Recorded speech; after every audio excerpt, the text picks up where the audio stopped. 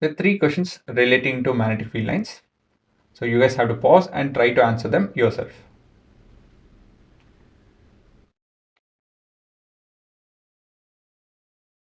So the questions are quite simple.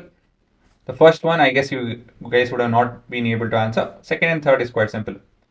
So let me start with the third. True or false? No two field lines are found to cross one another. The answer is true. Right? We saw that. I told you guys. So this was, I think, in drawing magnetic field lines post that in observation part, I explained that we cannot have two lines crossing each other. Next question. The relative strength of the magnetic field is shown by the degree of closeness of the field lines. So if you have field lines closer to one another, means what? The strength is more over there. If they are far apart, the strength is less. So the answer is true over here. And the last question, is magnetic field line a vector quantity? So first of all, what is a vector quantity? Vector quantity is a quantity wherein we have magnitude and direction which is associated with that quantity. So it has magnitude and direction. What does that mean? See, force. Example, one of the example is of a vector quantity is force. See, we can push really hard or not so hard. So that means we're talking about the magnitude, that strength. Basically, when you tell magnitude, it's related to strength. The other quantity is direction. If I push something, if I want to move it, say, make it move forward, I have to push in a particular direction. I can't stand front of a car and try to push it forward. That doesn't make sense. Right? If I want to push the car so that it moves forward, it has to be from the back of the car. Is it not? Right? So if I want to push it forward, I have to stand back of it. Right? And push it. So a given quantity is said to be vector if it has magnitude and direction. So can we see magnitude in magnetic field lines? Yes, this point tells that the strength is your magnitude, right?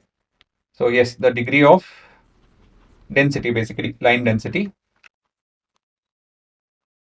is your magnitude part, and direction is, yes, it does have a direction, and it shows the direction in which a imaginary north pole would run, right? So it has direction and magnitude. So yes, it is a vector quantity. Okay, so this is an important point to remember. So when you come to third question, why can't two magnetic field lines cross each other? That's an important question again. So the answer is over here actually. So answer is quite simple. See, one thing is magnetic field lines, the definition has to be spoken of. So it talks about the hypothetical north pole running. It shows that, if you keep a hypothetical north pole, how does it run? That's a magnetic field line. Then field is a region wherein you experience a non-contact force. And third point is there can be any number of forces acting in a given space. And it's the resultant force that one experiences or one moves in. More than experiences, one moves in that direction. That is, see, again, a vehicle can be pushed in two different directions. So say a set of people are trying to push it towards the left and some guy is trying to push it towards the right. So obviously the vehicle end of it will move towards the left. You guys sitting on your chair or standing, whatever the scenario is, you have two forces acting on you. One is gravity and another is the chair pushing you up. Right? There are two forces acting on you. So any given point, you can have any number of forces acting on it. So for a given space, you can have any number of force acting on it, right? Acting on the space. But what is end of it experienced or seen? It is the resultant, right? So here the vehicle will move to the left, that is seen. Here you're not moving, that is seen, right? So magnetic field line represents such a line, such a resulting force. It won't represent all the forces.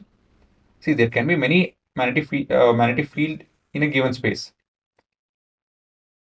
It is a resultant that an object will experience. Is it not? So magnetic field line shows the resultant force, not all the field lines. So thus we don't have two magnetic field lines. We don't have magnetic field lines crossing each other. It's always, in a way wherein they don't touch each other, they just move across. Okay, so we don't have magnetic field lines having such lines cross. We don't have it crossing each other. Basically, we have it in this way, right? So please copy this point. It's important question. I've seen quite a few times being asked, and yeah, this is a bit tricky question. They can ask you in reasoning and assertion way as well. MCQ question in any form they can ask. So please copy this.